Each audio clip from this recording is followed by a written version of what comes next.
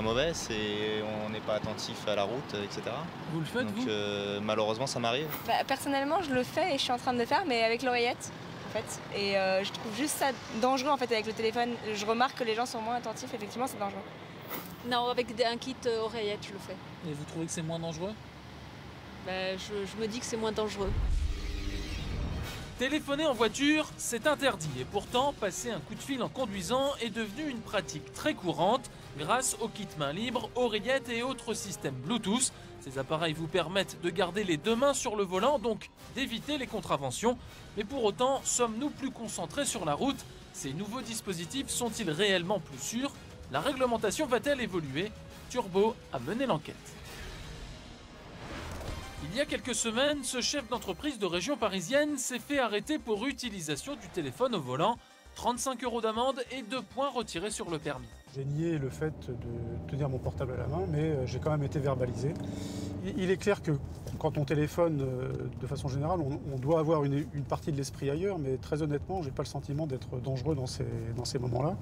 Ça évite, je dirais, de passer encore davantage de temps au bureau, et c'est un moyen d'être plus efficace. Bref, comme des milliers d'automobilistes, ce patron profite de ses trajets pour téléphoner. Et comme il est équipé d'un kit Bluetooth directement connecté à l'autoradio, il garde les mains sur le volant. Mais pendant un appel, ce conducteur reste-t-il réellement attentif à la circulation? Il y a plus d'1 an et demi, le gouvernement commandait une étude pour mesurer l'impact du kit main libre en voiture. Ce rapport n'est toujours pas rendu public, mais Turbo a pu s'en procurer les conclusions en avant-première. Et elles sont pour le moins embarrassantes. Pour la première fois en France, une enquête scientifique démontre le vrai danger en cas d'utilisation d'un tel dispositif. Pendant un appel, vous avez 3 fois plus de risques d'avoir un accident, même en conservant les mains sur le volant et le regard sur la route. Face au comportement des conducteurs, ces résultats ne surprennent pas vraiment Christian Choly, le directeur général de l'Automobile Club. En fait, il va pratiquement conduire comme un automate, comme s'il était en état effectivement pratiquement de sommeil au regard de la conduite, puisque la quasi-totalité de son attention en fait est dans la conversation. Et lorsqu'on conduit, on ne fait pas autre chose. Et quand je dis on ne fait pas autre chose, c'est ni téléphoner, ni faire des mots croisés, ça c'est vu, hein, ou manger un sandwich, etc. Donc il est clair qu'on doit être totalement présent sur sa conduite, et c'est qu'à cette seule condition-là qu'on minimisera bien sûr tous les risques d'accident. Alors faut-il interdire le Bluetooth ou les oreillettes? Des dispositifs très difficiles à contrôler. Les forces de l'ordre n'ont en effet pas les moyens de distinguer avec certitude les utilisateurs.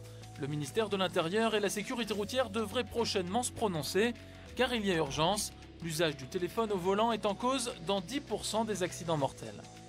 Finalement, la solution vient peut-être d'une décision radicale, plus de portables en voiture.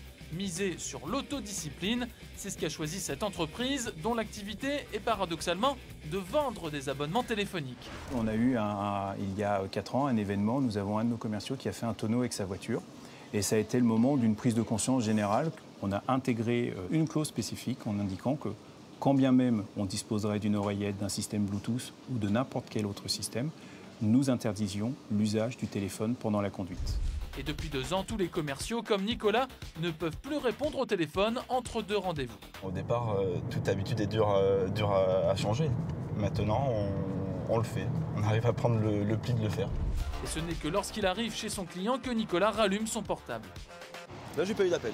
Comme quoi, ça valait pas le coup de prendre son téléphone avec soi.